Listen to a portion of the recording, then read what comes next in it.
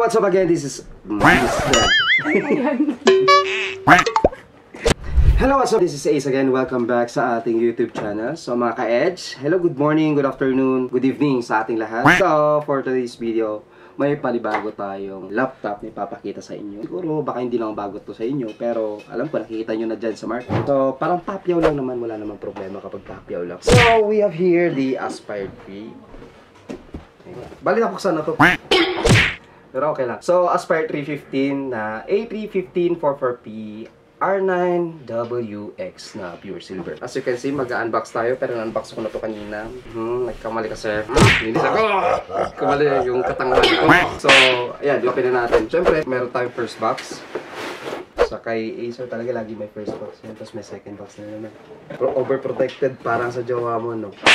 So let's unbox this.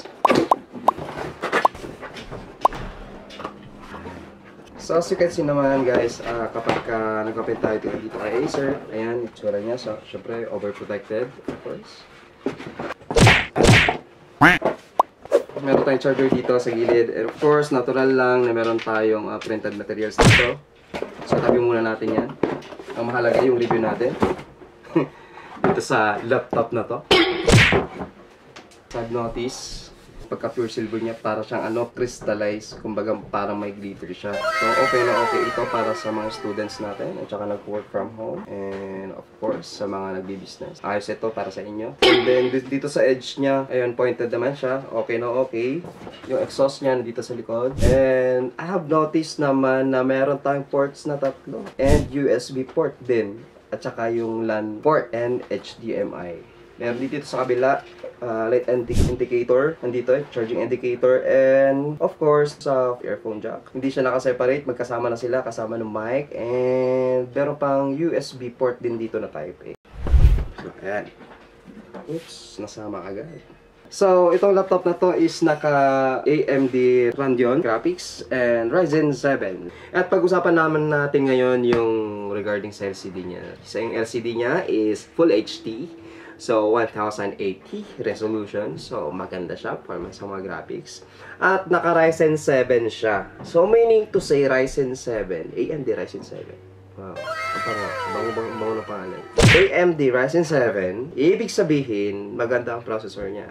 Kapag sinusubukan mo, nagtetest ka, at gusto mo mag-render ng mga videos, pwede siya. Kapag gusto mong maglaro or Valorant, pwede rin siya. Pero hindi naman lahat ng mga games ay kaya ng laptop na to. So, eventually, AMD Radeon graphics. Yung true colors niya, yung brightness niya, yung contrast niya, okay na okay, wala akong masabi. Itong LCD na ito, maganda kasi di siya talaga nagre-reflect sa likuran mo or may ilaw, di siya masakit sa mata. Let's talk about yung processor niya. So yung processor niya ay naka-built-in siya ng 16 GB RAM. So, yung 16 GB RAM na yan, pwede na sa mga graphic artists, sa mga nag-e-edit, sa mga go-work from home, sa mga students na gusto mag-AutoCAD. Ayan. Ito yung fit-in para sa inyo. So, yung 16 GB RAM na yan is upgradable naman. So, meron pa siyang slot para mapalagyan mo processor niya. And of course, dun sa storage, nagtataka tayo yan. Pero, upgradable din siya. So, ibig sabihin, hanggang 1 TB, 2 TB, kayang-kaya niya. So, as I noticed, ito na nga yung tracking pad niya. Maganda yung tracking pad niya kasi nga maluwang. Ayan. We have 3 inches by 5 inches ng tracking pad niya. And of course, it comes with freebies na Aula mouse, mousepad, and of course, yung free installation of applications. So, kahit anong applications na gusto mo, i-install po natin yan. Basta bibili ka dito kay Edge. And then, Kuya, isa na po yung price, magkano po kaya yan? Okay, ito. Ibibigay sa'yo ni Edge ng 33,888 pesos lamang. Kasi ang dami pang freebies. Ang saya-saya na. Kuya Ace, paano yan? Kulang ako sa budget. Kuya Ace, wala pa akong budget eh.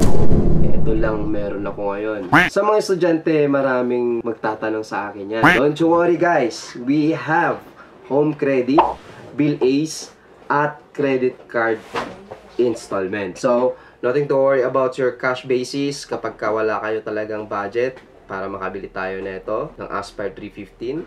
Dahil pwede naman kayo home credit at kay bill Ace. Kaya Ace, tinatamad ako pumunta ng branches nyo. Okay.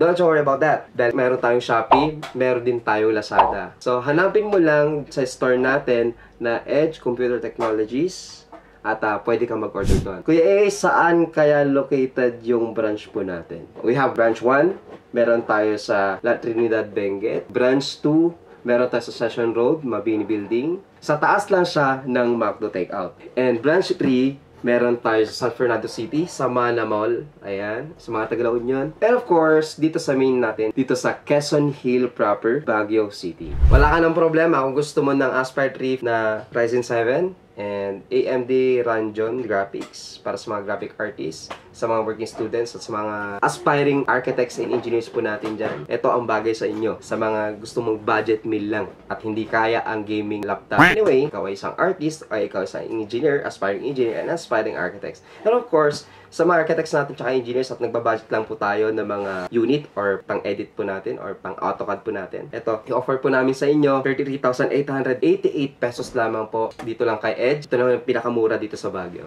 Anyway, once again, good morning, good afternoon, and good evening sa ating lahat. This is Vince again. Thank you for watching. See you next year. See you next episode.